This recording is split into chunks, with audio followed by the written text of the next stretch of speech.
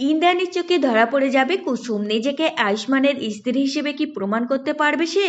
জি বাংলার ধারাবাহিক কুসুমের গল্প জমে উঠেছে। সম্প্রতি এই ধারাবাহিকে দেখানো হয়েছে ঈশান এবং দেবলীনার বিয়ে আটকে দিয়েছে আয়ুষ্মান এবং কুসুম। দেবলীনার আসল রূপ সকলের সামনে ফাঁস করে দিয়েছে তারা। শুধু তাই নয়, দেবলীনাকে পাঠানো হয়েছে জেলে, সেখানে বসেই ফন্ডি আটে গাঙ্গুলি পরিবারকে শায়েস্তা করার। কিছুদিন আগে গল্পে দেখানো হয়েছে জেলে বসে দেবলীনা জানাচ্ছে তার তুরুপের তাস তৈরি।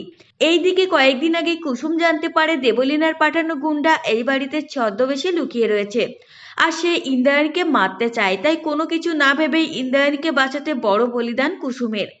দেবীবার মতো সেজে সে বানচাল করতে যায় দেবলীনার পাঠানোর ষড়যন্ত্রকারী নৃশংস প্ল্যান।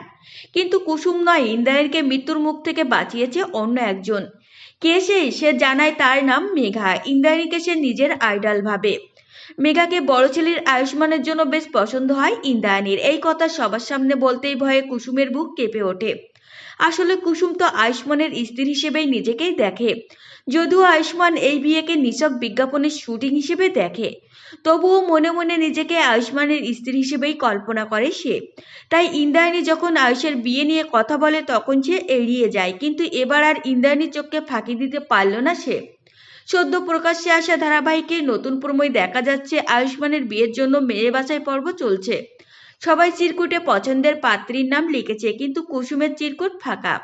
কেন জানতে চাইলে সে বলে এমনি। তবে ঈশান তাকে চেপে ধরে, জানতে চায় কেন সে আয়ুষ্মানের পাত্রী হিসেবে কারো নাম লেখেনি। কুসুমের জবাব দিতে পারে না, চোখ ছলছল করে ওঠে তার। আর এই বিষয়টা ইন্দ্রাণীর চোখে পড়ে। তবে কি এবার ধরা পড়ে যাবে কুসুম? ইন্দ্রাণীকে ধরে ফেলবে? এতদিন ধরে কি চলছে কুসুমের মনে, এর উত্তরের অপেক্ষায় দিন গুনছেন দর্শক। এইদিকে মেঘার আসল পরিচয় হলো সে দেবলীনার দিদি। দেবলীনা তো এখন জেলে। মেঘা কি তবে ইন্দ্রাণীর পরিবারকে ক্ষতি করতে এসেছে, নাকি অন্য কোনো মতলব আছে?